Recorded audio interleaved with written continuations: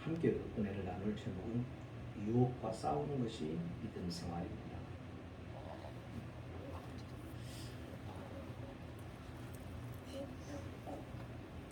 믿음을 좀 비유를 하자면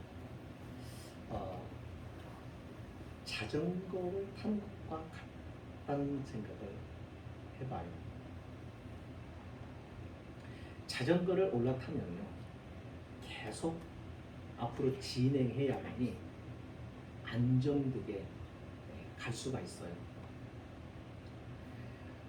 속도가 조금 나면 더 안정적이죠. 중심을 잡기 훨씬 수월하죠.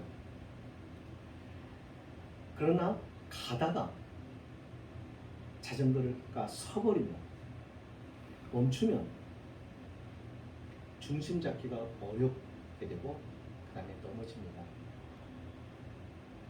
그래서 다쳐요. 믿음도 그런 것 같아요. 믿음을 가진 사람이 그 믿음 안에서 믿는 자로서 꾸준히 하나님과 바른 관계 속에서 살아가야지 이 믿음의 생활이 가다가 중간에 멈출 때가 있습니다. 시험이 들어서 멈추는 사람도 있고,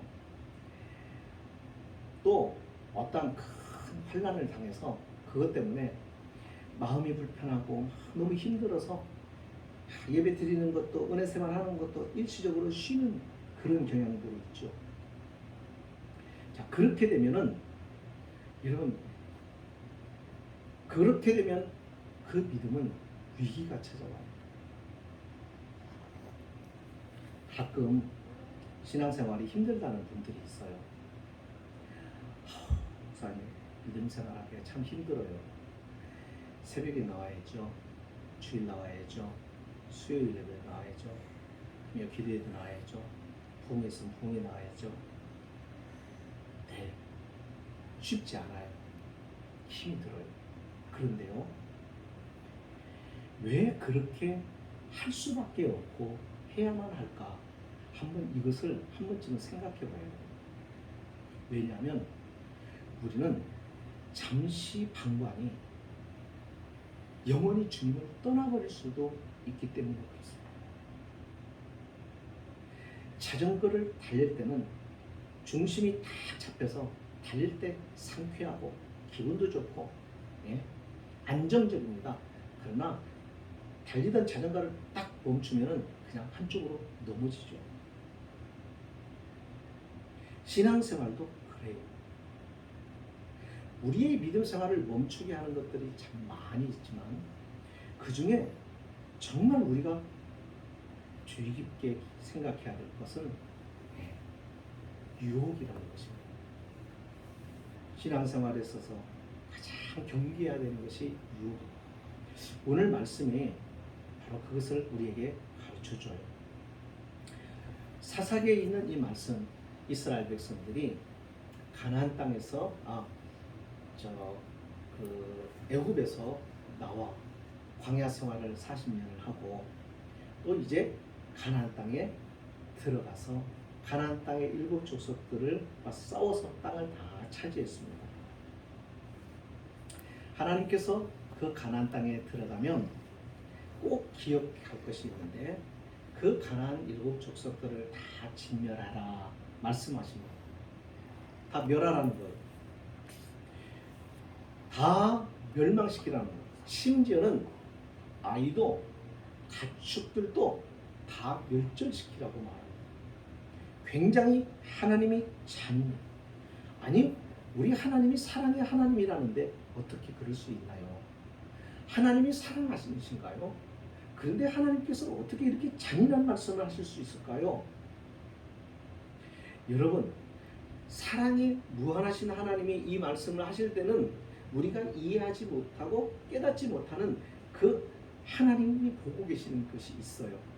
하나님의 판단이 우리의 판단보다 훨씬 더 정확하고 의롭다는 것을 우리는 언제나 기억해야 합니다. 거기에는 이유가 있습니다. 우리가 알지 못하는 분명한 이유가 있습니다. 그것을 통해서 하나님께서 이스라엘 백성들에게 신앙생활에 있어서 정말 중요한 것이 무엇인가를 가르쳐 주시는데 그 그것이 바로 오늘 말씀이에요. 오늘 말씀을 보면은 이스라엘 자손들이 하나님의 목전에서 악을 행했대요. 그 악을 행한 게 뭐냐면 하나님을 섬기라고 하나님의 애굽에서 그들을 인도해 내셨잖아요. 광야에 40년 동안 먹을 거, 입을 거, 예? 또 필요한 물들, 자원들을 다 공급하시면서 40년을 저들을 지켜 주시고 동행해 주셨잖아요. 또 약속하신 그 가나안 땅도 하나님께서 점령할 수 있도록 허락해 주셔서 땅을 다 분배 받았잖아요. 그런데 그런 하나님을 배반해 버린 거예요. 우리가 살아가면서 가장 속상한 것 중에 하나가 뭐냐면 정말 내가 저를 믿었는데 내가 그를 위해서 정말 아낌없이 헌신하고 그를 위해서 내가 모든 것을 삶을 다 바쳤는데 그가 나를 배신했을 때 못 견디겠는 거죠. 마치 하나님이 이렇게 된 겁니다. 그러니까 이스라엘 백성들이 하나님의 은혜를 저버리고 배신을 때린 거예요.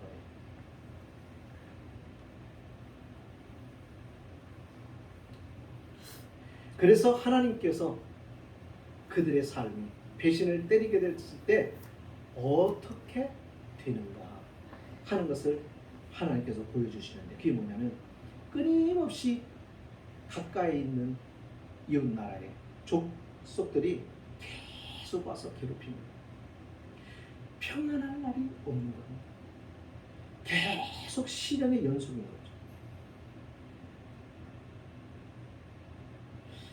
오늘 우리가 하나님 믿고 구원받은 자로 이제 살아가는데 하나님이 계시고 또 하나님이 우리를 부르시는 그 약속하신 그 영원한 나라에 가기까지 우리는 순례와 예자의 길을 걸어갑니다. 그 가는 과정 속에서 끊임없는 도전과 유혹이 우리를 향하여 온다는 것.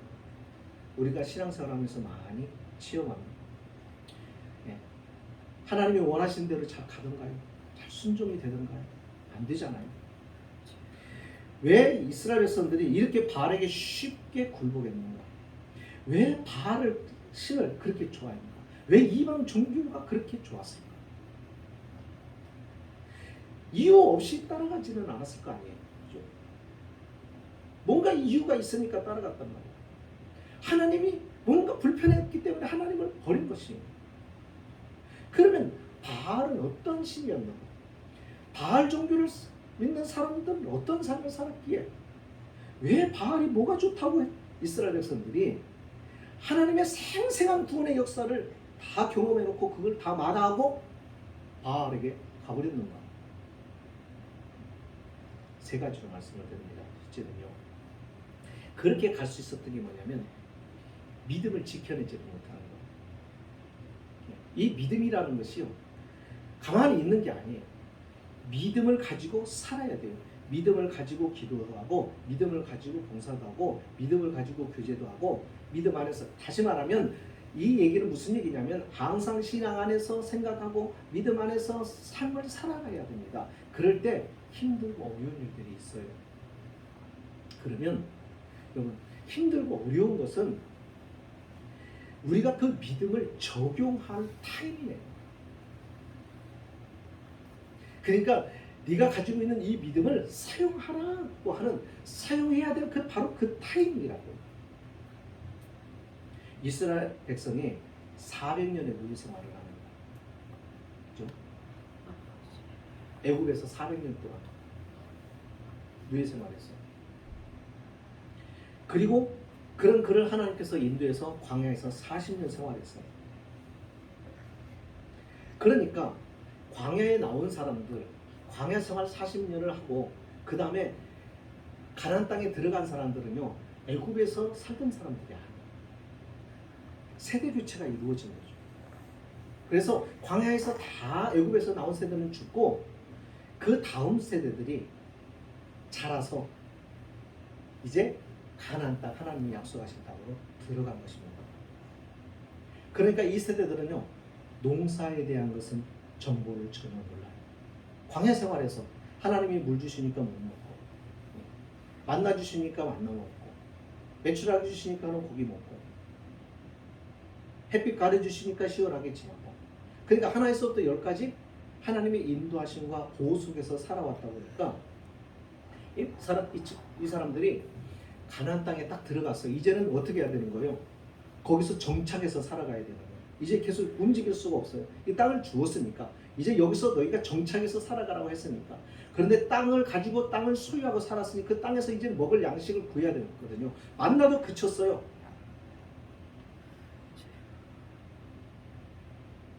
그런데 그런 상황 속에서 어떻게 살아가야 할까? 농경 생활이 익숙치 않죠. 그래서 그랬는지 농경 생활에 이 가난한 사람들이 있으면 조금 유리하겠다고 여겼는지 그 사람들을 살려두고 남겨둡니다. 그러면서 그들을 이용해서 농사를 짓기도 하고 그들에게 농사에 관한 것도 배우기도 하고 그렇게 함께 지내요. 자, 그런데 기억하세요. 언뜻 보면 굉장히 지혜로운 것 같지만 하나님께서 뭐라고 그러셨어요? 다 진멸하라고 했거든요. 진멸하라고 했어요. 진멸해야 되는 이유를 또 설명했어요. 그것은 그들이 너희의 가시와 같이 너희의 옆구리를 찌를 것이다. 그렇게 말씀해요. 그러니까 하나님을 향하여 믿음으로 걸어가는 선택된 너희들이 걸어가야 할 이 신앙의 길에 방해가 되고 그들이 회방할 것이고 그들이 너로 하여금 실족하게 만들 것이고 믿음에서 떠나게 만들 것이고 계속하여 너희들의 신앙생활을 방해할 것이다 하는 것. 그 경고에도 불구하고 무시해버립니다. 오늘 우리가 신앙생활하면서 하나님 말씀을 들어도 무시해버릴 때가 참 많아요. 예수님께서 베드로에게 내가 오늘 밤 네가 3번 나를 부인할 것이다 라고 말씀했을 때 베드로가 그 말씀을 잘 듣고 내가 그렇게 된다는 것에 대해서 두려움을 가지고 그러지 않기 위해서 그가 만약에 깨어 기도하고 주님과 함께 깨어 엎드려 있었다면 예수님을 부정했을 겁니다. 귓등으로 듣는 겁니다. 스쳐 지나가는 이야기 정도로만 여기는 거죠. 오늘 우리가 믿음 생활을 하면서도 그럴 때가 참 많아요. 아침에 말씀을 들었어요. 때로는 성령께서 내 마음의 음성으로 들려주시게 됐어요. 그런데 그것을 깡그리 무시해버리고 살아갈 때가 얼마나 많냐 말입니다.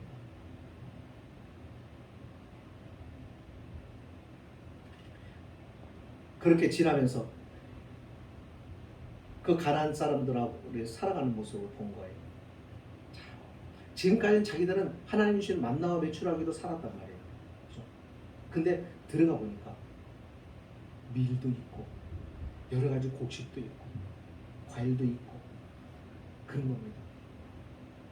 언뜻 보면요 더 풍요로운 것 같잖아요. 그렇잖아요?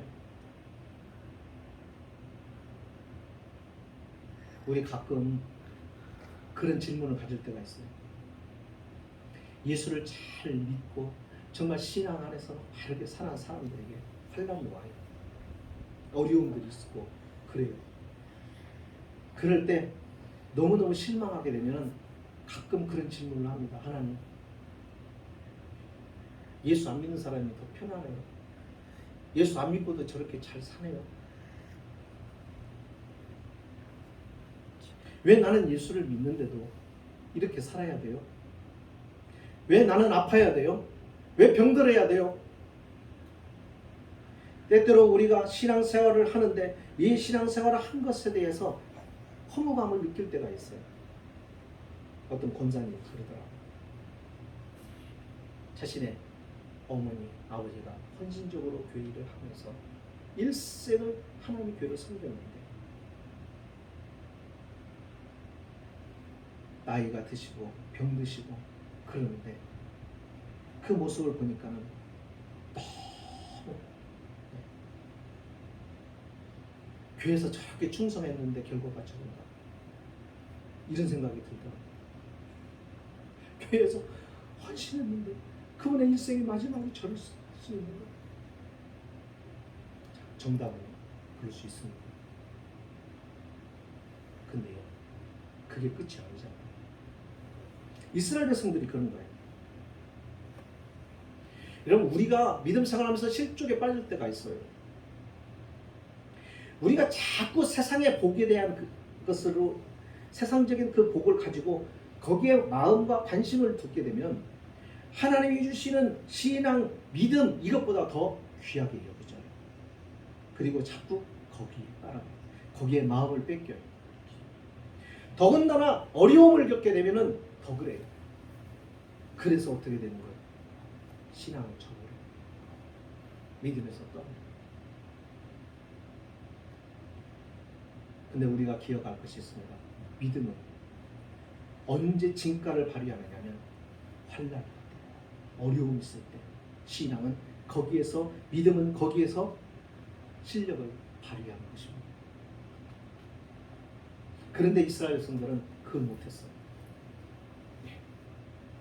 그걸 못하고 어떻게 한 거예요? 바알을 따라.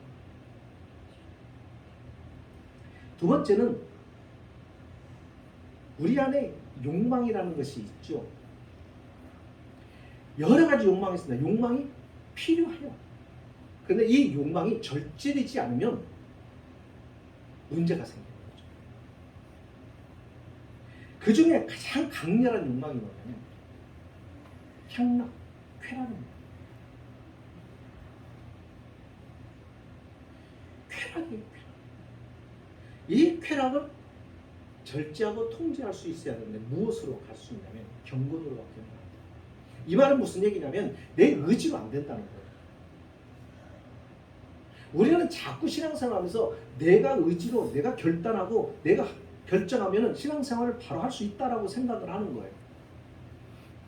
저도 그렇게 생각을 했었어요. 그리고 그렇게 한번 가봤어요. 안 돼요. 신앙생활은 내 의지와 결심과 결단으로 되어지는 게 아니라 하나님의 능력이 나를 덮으시고 주의 권능이 나를 붙잡으실 때만이 그것이 가능해지는 거예요. 특히 이 쾌락을 통제하는 이 경건은 그래서 중요한 거예요. 경건을 놓쳐버리면 결국은 쾌락으로 흘러갑니다. 경건 안에 그러면 기쁨이 없느냐? 없어요? 있지요. 성경에서 이걸 희락이라고 말합니다. 성령의 열매 중에 하나입니다. 희락입니다. 하나님이 주신 기쁨이 있습니다. 그것을 맛보면 세상적인 쾌락은 이겨낼 수가 있는 거예요. 그런데 하나님이 주시는 이 기쁨을 경험하지를 못하면 이 하나님이 주신 기쁨을 맛보면서 가지를 못하면 우리는 쾌락에 빠집니다. 향락에 빠집니다. 그것은 육체 본능이에요. 고대 가나안 이 일곱 족속이 섬기고 있었던 바알신과 아스타, 이 신들은 가나안 종교, 이 종교를 하나님이 왜 멸하라고 하셨냐면 이 종교는 쾌락을 쫓는 종교예요. 다시 말하면 인간이 가장 유혹을 뿌리치기 힘든 쾌락을 주는 종교. 여기에는 윤리도 도덕도 없어요. 그냥 쾌락만 누리게 합니다. 오늘날 우리가 신앙생활에서 가장 믿음생활에서 멀어지게 하는 것이 뭐예요? 쾌락이에요. 재밌는 거 너무 많잖아요, 세상에. 솔직히 교회 오면 재밌어요? 아니죠. 교회는 재미있는 곳이 아니죠. 그렇죠? 교회에서 재미를 느낄 정도가 되면, 예배를 재미를 느낄 정도가 되면 영적으로 깊이 두은 사람입니다. 그 기쁨을 맛본 사람은 유혹을 떨쳐버릴 수가 있는 거예요. 그러나 그렇지 않으면 유혹을 떨쳐버리기는 고사하고 그 유혹에 스스로 자신을 던져버립니다. 믿음생활이 뭐예요? 하나님이 주신 기쁨을 추구하고 그 기쁨을 누리면서 살아가요. 그러면서 끊임없이 도전해오는 하나님과의 관계를 방해하는 세상적인 육신적인 쾌락을 싸워서 이겨내는, 그것을 절제할 수 있어야 돼요. 이게 신앙생활.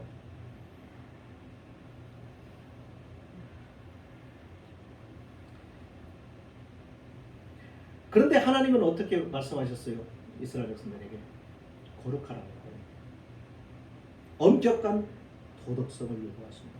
그런데 반면에 가나안의 종교는요, 없어요. 그런 게 없어요.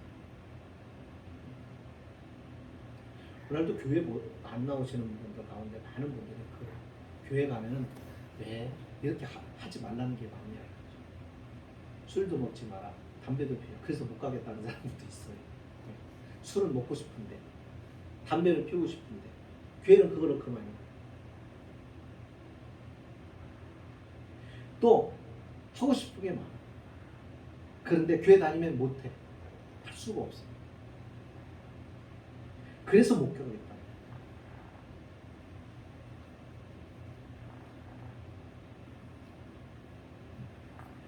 그러니까 이스라엘 백성들도 똑같은 겁니다.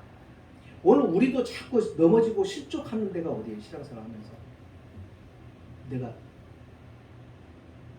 내 육신의 기쁨 때문에 경건을 놓아버릴 때 있잖아요. 그럴 때 참 많잖아요. 그런 것들을 우리가 극복해내는 것이 신앙생활. 이거를 이겨내셔야 돼요. 우리는 자꾸 하기 싫은 것을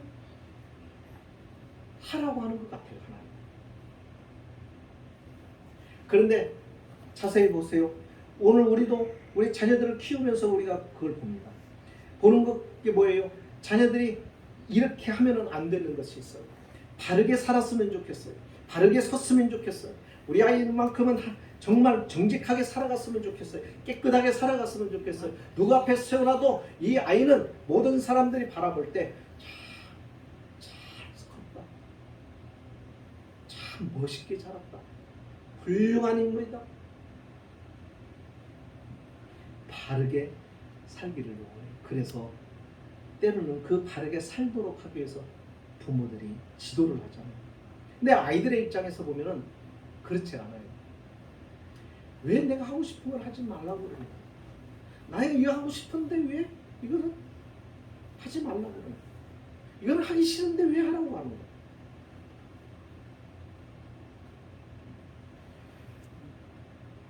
바르게 살아가는 것보다 편하게 사는 것을 더 선호해요.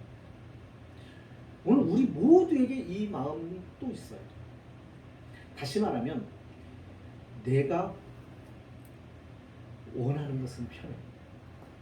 내가 하고 싶으면 내가 쉬고 싶으면 쉬고 노래하고 싶으면 노래하고 여행 가고 싶으면 여행 가고 쉬워. 그러나 그렇게 쉬운 것만 하고 살 수 없는 게 삶이라는 거잖아요. 우리는 이 쉬운 것, 편안한 것, 이것은 초점이 누구에게 맞춰졌냐면 내 자신에게 맞춰져 있는 거예요. 나 위주로 살아가는 거예요. 그러니까 이것은 하나님이 없을 때 나예요. 하나님이 없을 때 나라고 하는 것은 하나님의 자리에 나를 세우고 내가 하나님이 되어서 살아가는 것이거든요. 그러니까 내가 내 마음대로 하고 내 결정과 내가 원하는 식으로 살아가는 거예요.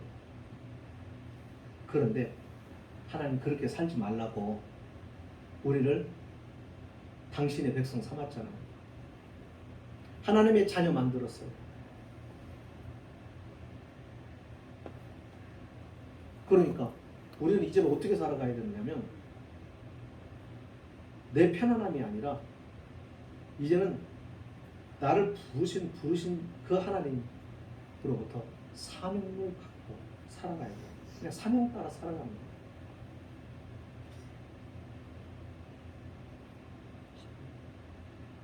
엄격하고 또 뚜렷한 이 도덕적인 생활 말고 바알 종교와 같이 쾌락적인 것, 절제하지 않고도 마음대로 내가 하고 싶은 대로 그냥 살아갈 수 있는 그런 삶을 우리는 살기를 원한다는 거예요. 그 유혹 싸우셔야 돼요. 이게 신앙생활이에요. 육체를 고단하게 하는 거예요. 왜냐하면 우리의 육체는 자꾸만 편리를 쫓아가는데 이 편리는 계속 그대로 가면 하나님과 멀어지는 것이기 때문에 그렇습니다. 그래서 예수님께서 자꾸 좁은 길, 좁은 문을 말씀하십니다. 편안하고 쉬운 것을 원할 때가 참 많습니다. 저도 그래요. 서 있는 것보다는 앉아 있는 게 편하고, 앉아 있는 것보다 누울 때가 편해요. 하지만 우리는 그렇게 살면 안 되는 것이죠. 어떤 때는 기도하기 싫을 때도 있어요. 기도하기가 불편할 때도 있어요. 하지만 신앙생활은 그게 아닙니다. 그걸 멈추면 신앙은 퇴보하는 거예요. 자꾸 우리가 착각에 빠지는 것이 그겁니다. 잠시 쉬면 안 될까요? 신앙생활을 잠시 쉬면 안 될까요? 잠시 쉬면 결국은 퇴보하게 되고, 그리고 하나님을 떠나게 됩니다. 그 증거를 보면 우리들이 보시지 않습니까? 편안한 예배, 편안한 믿음생활, 결국은 그 모든 것들이 하나님으로부터 멀어지게 만들었습니다. 이것이 바로 이스라엘 백성들이 경험했던 동일한 신앙의 형태를 오늘 우리의 생활 속에서도 반복적으로 일어나고 있다는 것. 세월이 지나갈수록 믿음으로 산다는 것은 거의 불가능한 상태가 되어가고 있는 상황입니다. 우리가 이것을 기억해야 합니다. 믿음 생활하기가 힘들어진 시대를 우리가 살아가요. 만약에 여기서 우리가 계속하여 편리함을 쫓고 내 육신의 편안함을 추구하면서 살아간다고 한다면 절대로 그럴 일이 없다라고 말할지 모르겠지만, 장담하고 맹세할지 모르겠지만 결국은 하나님을 떠나 있게 됩니다. 베드로도 예수님의 말씀을 들었을 때 그가 자신을 돌아보고 엎드려 기도하고 깨어 있었다면 그는 주님을 저주하고 맹세 저주하며 주님을 부인하지 않았을 것입니다. 이것이 우리의 모습이라고. 그래서 예수님께서는 항상 깨어 있으라고 하는 게 뭐냐면 바로 이것을 경계심을 가지고 이렇게 싸우라는 거예요. 예, 그리스도인데 잘 싸워야 돼요. 싸우면 이겨야죠. 싸우는 것이 싫다고요? 그럼 그리스도인이 아닌 거죠. 그리스도인은 싸우라고 합니다. 하나님께서도 가나안에 들어가서 싸우라는 거예요. 약속의 땅을 거저주신 게 아니에요. 싸워서 차지하라는 거예요. 신앙을 거저주시는 거 아니에요. 하나님께서 보장을 하셨어요. 약속을 하셨어요. 네가 싸우면 네 땅이 될 것이다. 네가 싸우면 내 모든 것이 너의 소유가 될 것이다. 그런데 중요한 것은 싸우라 이거예요. 싸우지 않으면 가나안 족속들이 옆에 함께하게 되고 그들의 끊임없는 유혹을 우리는 뿌리칠 수가 없게 됩니다. 결국 그래서 이스라엘은 타락하게 되고 하나님을 떠나죠. 이것은 아주 단순하지만 가장 중요한 신앙생활의 교훈입니다. 말씀을 마칩니다. 지혜로운 성도는 말씀을 보면서 이 말씀 속에서 하나님을 그리고 그 말씀 앞에 서 있는 내 자신을 보게 됩니다. 지혜로운 성도는 자신을 살피며 또 자신에게 맡겨진 사랑하는 가족들을 돌아보게 되죠. 지혜로운 부모는 자녀를 바르고 강하게 키우려고 합니다. 그러려고 하면은 부모 자신들이 바르게 서야 되고 부모 자신들의 신앙이 강해져요. 그렇지 않으면 나의 신앙도 무너지고 우리의 다음 세대의 신앙도 무너지게 됩니다. 신앙생활에서 가장 경계해야 될 것, 그것은 우리를 끊임없이 도전해오는 이 유혹을 싸워 우리 안에서 내쫓는 일들입니다. 아까 세 가지를 말씀을 드렸습니다. 첫째가 뭐라고요?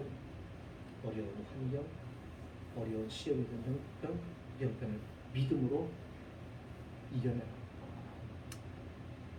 기도하며 이겨내라. 하나님의 약속의 말씀을 붙잡고 이겨내라. 싸워야 합니다.